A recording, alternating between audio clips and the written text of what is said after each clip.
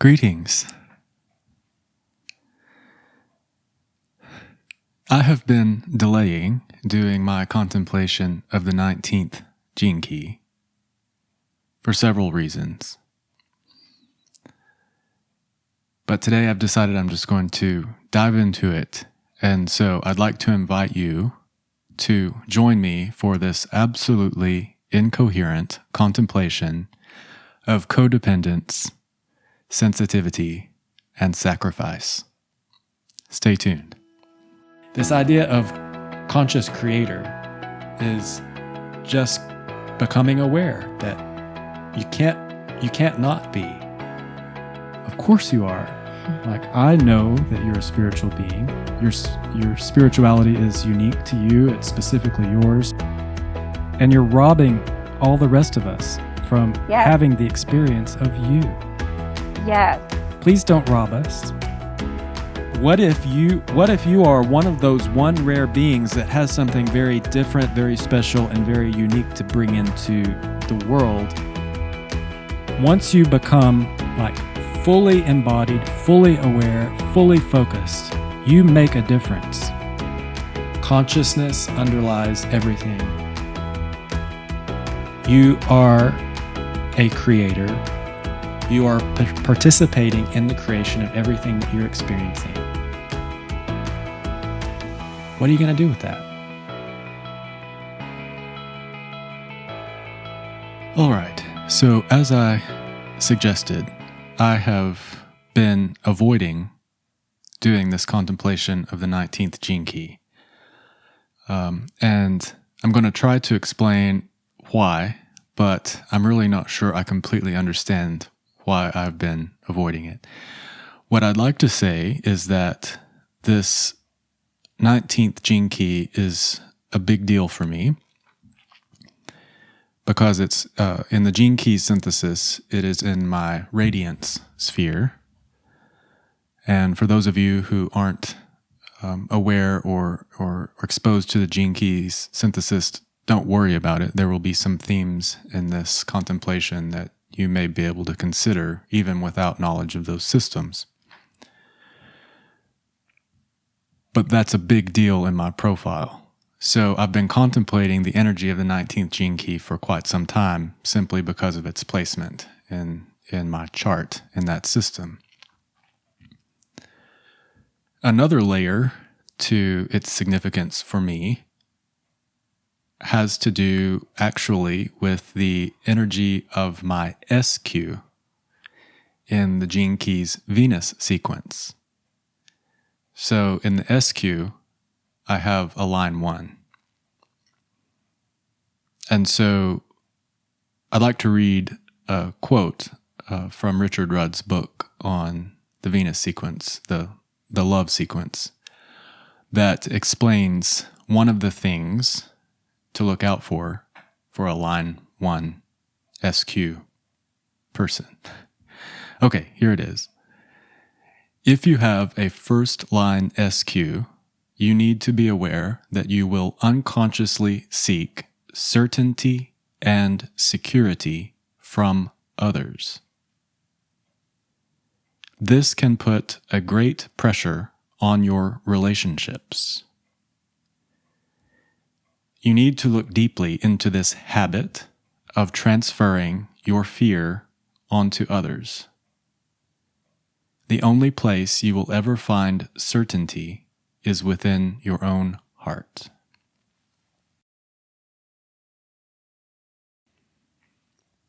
Okay, so for those of you, again, who aren't familiar with the gene keys or the Venus sequence, let me just say that the SQ sphere represents the idea of your spiritual intelligence. Just like IQ would be intellectual intelligence, or EQ would be emotional intelligence. And in the Venus sequence, the SQ relates to your mythology.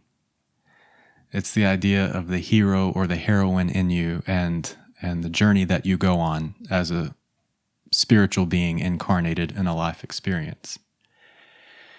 And so there's this theme for my first line SQ of unconscious projection seeking security through relationships. And so before I even get into the energy of the 19th gene key in my radiant sphere, I really want to set the scene for this contemplation with this theme of the first line, SQ, for me. And I want to explain a little bit about how that is manifested in my experience. So, as a young person, when you get into the Venus sequence, you'll learn that there are all kinds of revelations you may have about your first 3 developmental stages of life and how that relates to your time in the womb and all kinds of things. It's really vast and amazing and beautiful. But as a young person, I do remember seeking certainty, and I actually received certainty to a degree from my mother as a fixture in the first stages of life. Her love was very strong and very consistent. So I received that, and I do remember the moments of my childhood where I felt like that was challenged or threatened, or where when I didn't feel it, and I know how I reacted emotionally, it was a big deal. But generally speaking, after age 8 or so, I kind of moved into a phase where I was able to self-protect emotionally, maybe too much, maybe built some walls around my heart. I had a very tender heart, so I actually needed to protect myself to a degree. I kind of honor all of those strategies now as I'm looking back on it. But I became quite independent. I was independent physically, I was independent intellectually, I was independent emotionally, and I seemed to be independent spiritually. So I can kind of see how this nugget of independence was present in me from an early age. But around age 30, I started to experience some pretty big changes internally. And then as a result of that, I started to experience some pretty substantial changes externally.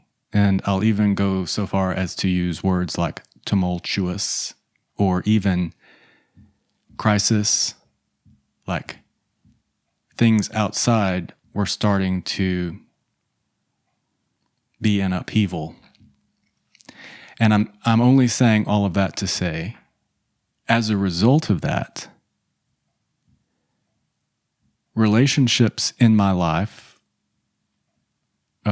people close to me upon whom I had projected this sense of certainty and security, all of a sudden that was challenged. So let me kind of say this again to make sure I'm being very clear. When everything's going well, this sense of certainty and security and codependence on others, especially emotionally and spiritually, that's pretty easy. If there's nothing challenging it, we can all kind of be harmonious and be here with one another. But when there started to be upheaval, I was offered the opportunity to confront this unconscious tendency to project a sense of certainty and an expectation of security that I'd been unconsciously projecting on others. So I was offered the opportunity to see it, which means it's no longer unconscious. Whoa. Look. And initially, this is challenging and painful because, remember,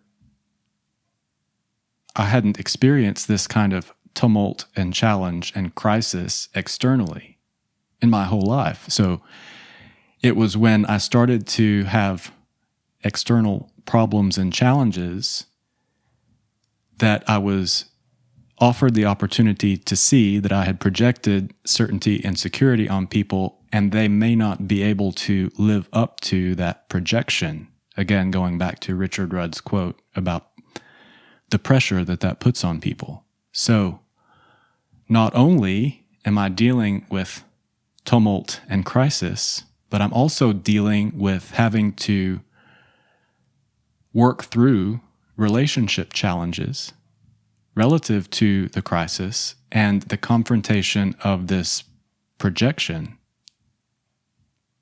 that I hadn't been aware of yet because there hadn't been anything to challenge it. I hope all of that's making sense and you're getting it.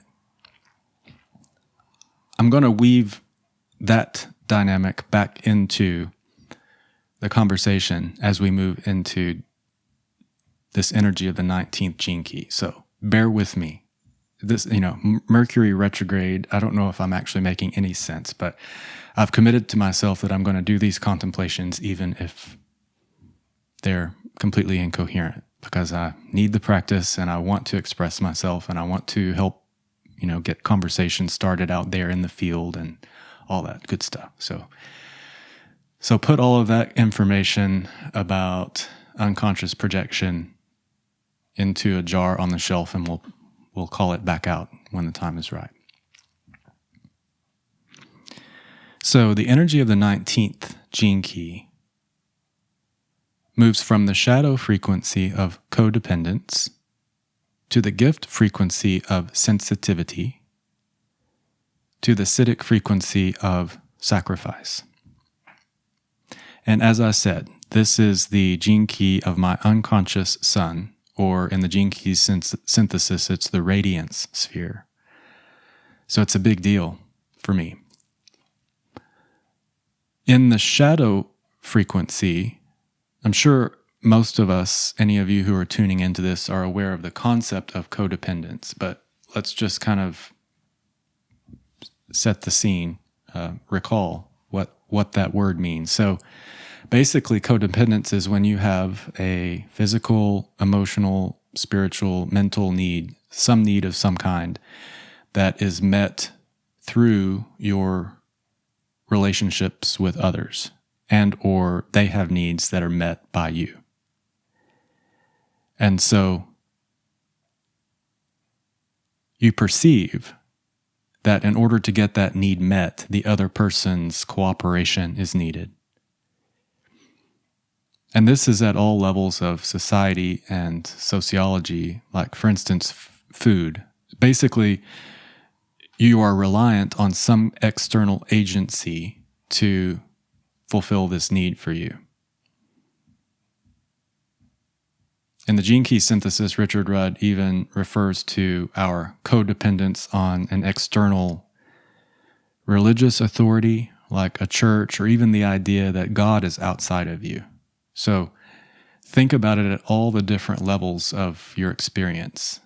Do you stand alone physically? Do you stand alone emotionally? Or are you dependent upon others being the source of your physical, emotional, mental, or spiritual supply? So that's the idea. At the shadow level, we haven't risen into a space of independence. The reason that the gift frequency of this gene key is, the word used is sensitivity, is because you rise into a field of being sensitive to energy, sensitive to the needs of the people around you, sensitive to your own needs. And so in a state of codependence, oftentimes, again, that can be unconscious. Once you start to become aware, you become more sensitive to your needs, the needs of others, how those needs are being met. In the human design system, the gene key at the other end of this channel is the gate relative to resources provided. So there's this sort of tribal idea of being sensitive to where the resources are, who needs what and how people's needs are being met in the tribe. The idea in the gene key synthesis is that once you accomplish this level of sensitivity, you become emotionally independent. So you're no longer, and I really want to focus the conversation at this point into the sort of emotional, spiritual realm. Don't really want to tackle the issues of physical needs in our culture or civilization. And it's not that they're not all interrelated. It's just that the idea of speaking to it at that level of broadness is too daunting for me right now. So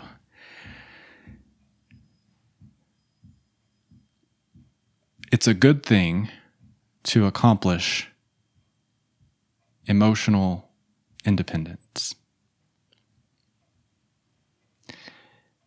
So let's start tying this idea back into what I've shared about my first line SQ and the idea of projecting upon others this sense of them providing my security or certainty.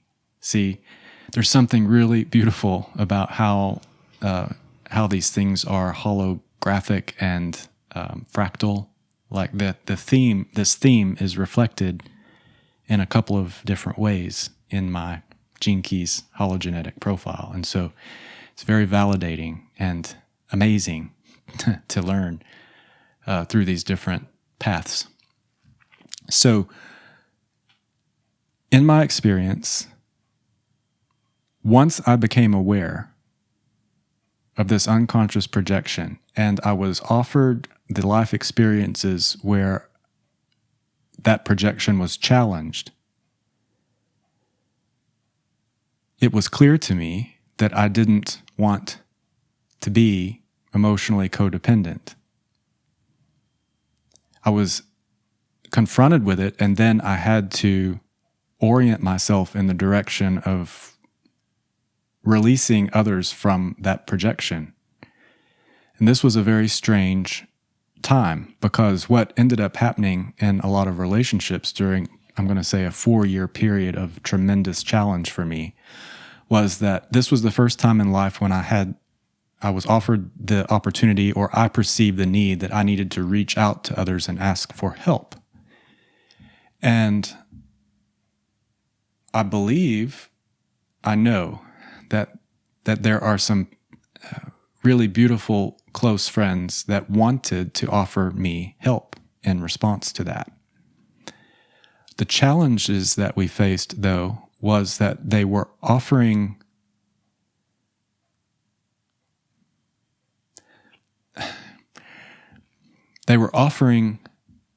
help that wasn't helpful. It was like what I was asking for, what I perceived that I needed, wasn't what was being returned. And so that added to my level of frustration. Hey, aren't you guys here for me? I thought you were going to be here for me. Here's what I need. And what they're offering, from my perspective at the time, wasn't helpful. So then they start to feel rejected.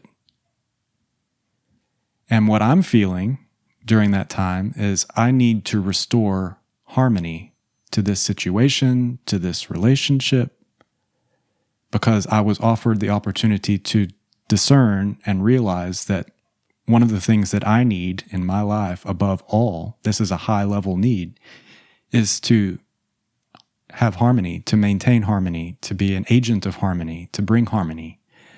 So once I realized that the field between me and these other loved ones and friends was in tumult, my need is to bring it back into harmony. And that wasn't an easy thing to try to do. And in some cases, it results in bonds made and broken, or some time apart from some people. And I don't want to go, this is not a therapy session for Jared. I'm just intending to express how this energy is manifest in my life and how meaningful it is as a way to kind of open up a field of inquiry or conversation around it. So I'm just trying to be delicate, but also honest about how it's been manifest. So the takeaway from these challenging experiences over the last few years for me was to relearn, remember, re-identify myself with my core stability.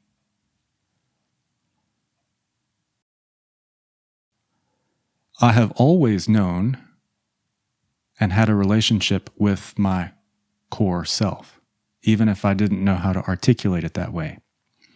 We all have a true self, a core self, a higher self that's always with us, that we can always identify with internally.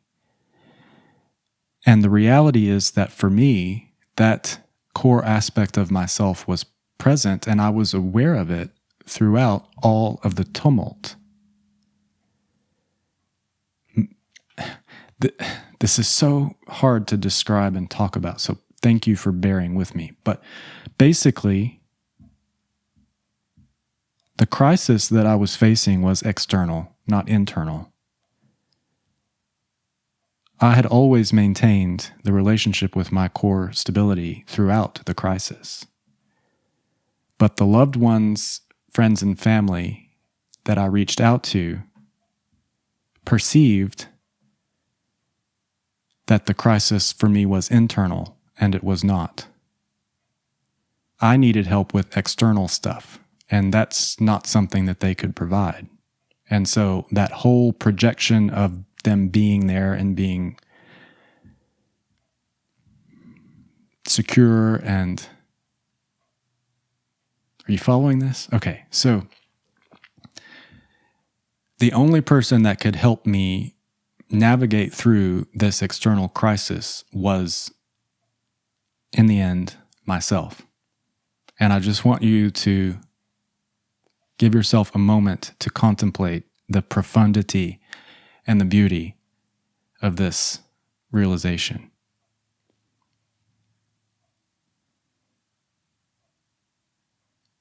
Your core self, your higher self, is always with you, and it always has the potential to be the source of your supply.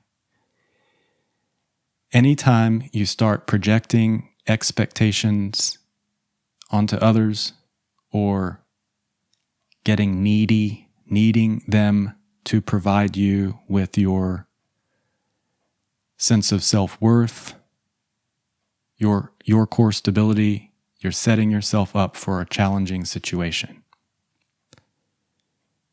Emotional independence is something that I believe, I feel, I know that we can all evolve toward, and it would be a really good thing for all of us.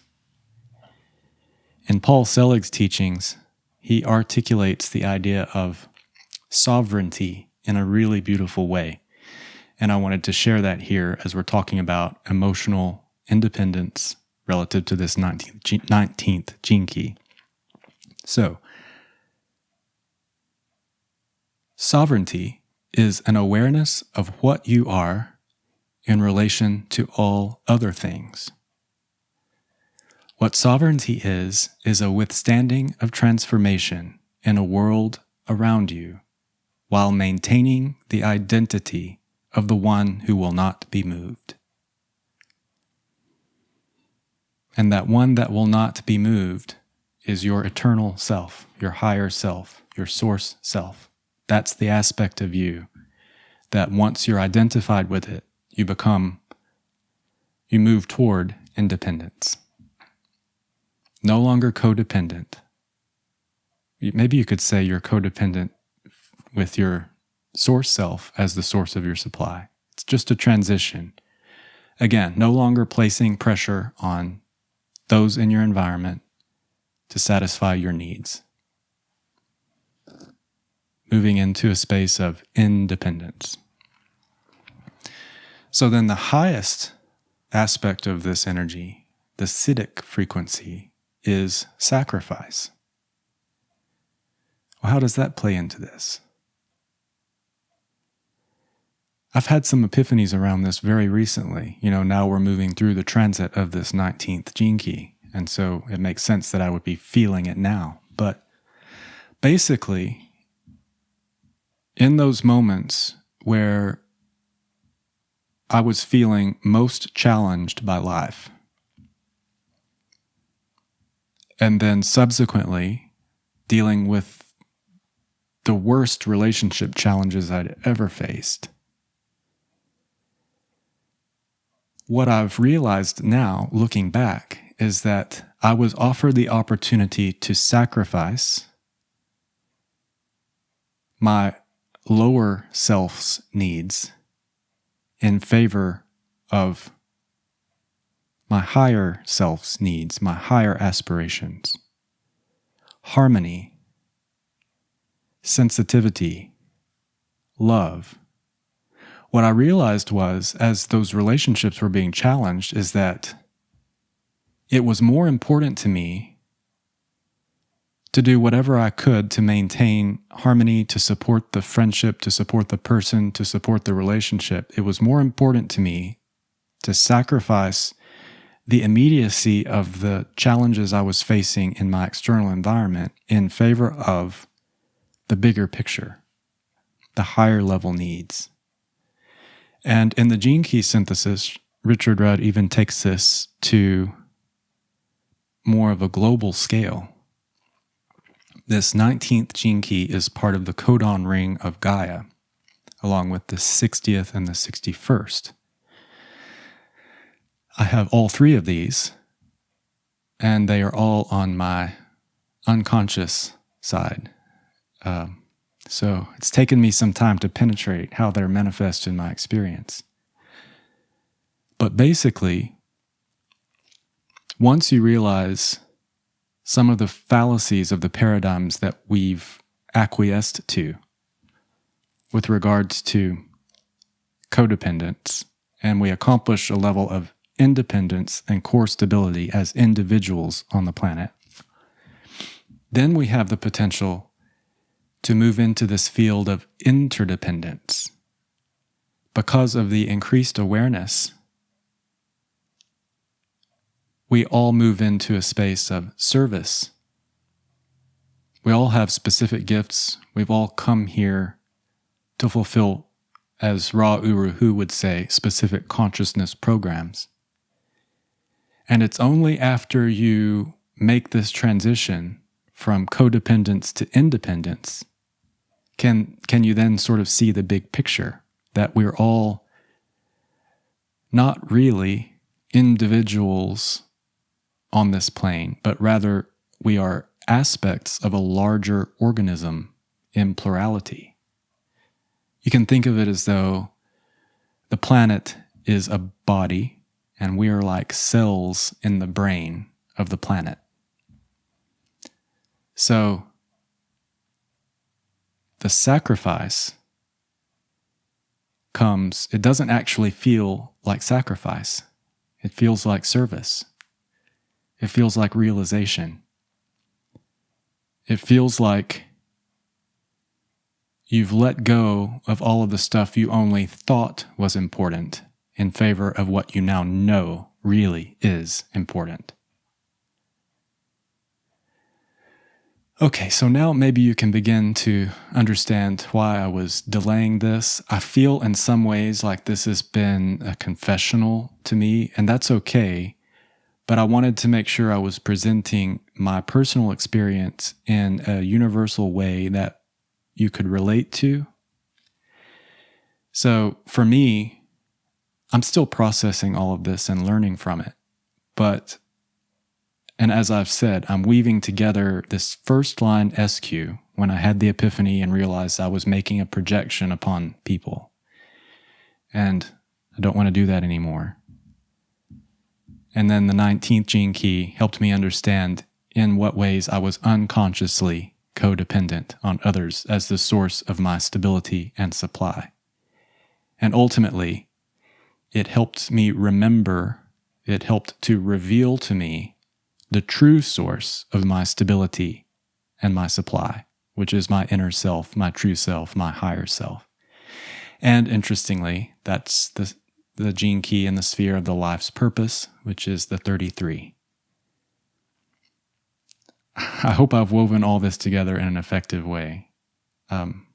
It's been a huge epiphany for me, and it's meant a lot. And maybe in some ways, this contemplation represents an endorsement of the gene keys Venus sequence. It really works.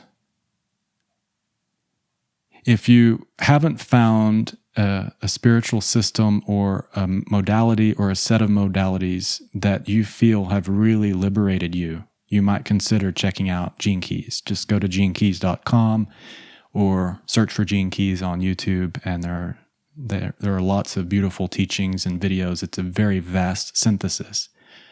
But the Venus sequence specifically is a pathway through your dharma and your karma and your relationship attractor field, and it goes back to the core wounding and imprinting that we all carry from conception. Really beautiful, really poetic, and now I'm offering you a testament that contemplation of the energy in my Venus sequence has led to some major epiphanies for me, big growth. So maybe it could do the same for you.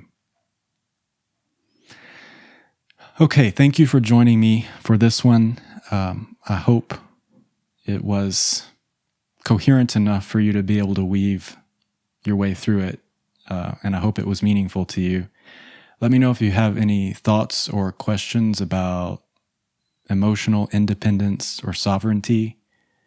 I think that that's a lofty and worthwhile idea for every human being to contemplate, or spiritual being to contemplate on their path. I feel like it's probably a moment in every spiritual being's path when they realize emotional or spiritual independence.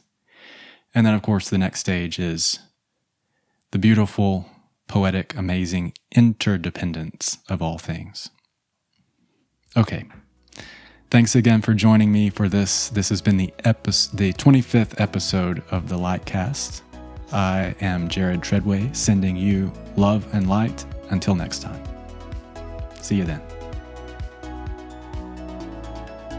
Hey there, just wanted to say thank you for watching, and I wanted to encourage you, if you enjoyed this content, if it was at all interesting or provocative or inspiring for you, I would appreciate it if you would take a moment and just hit that like button. And if you're interested in encouraging me to continue to develop content like this, and you want to be a part of it, you can also subscribe to the channel. Both of those things will be of benefit to me and help the YouTube algorithm identify that I have something of value to offer. And of course, if you didn't think the content was interesting or useful, you also may smash that thumbs down button, and comments are always welcome and appreciated. Thanks again for tuning in and being a part of this. See you next time.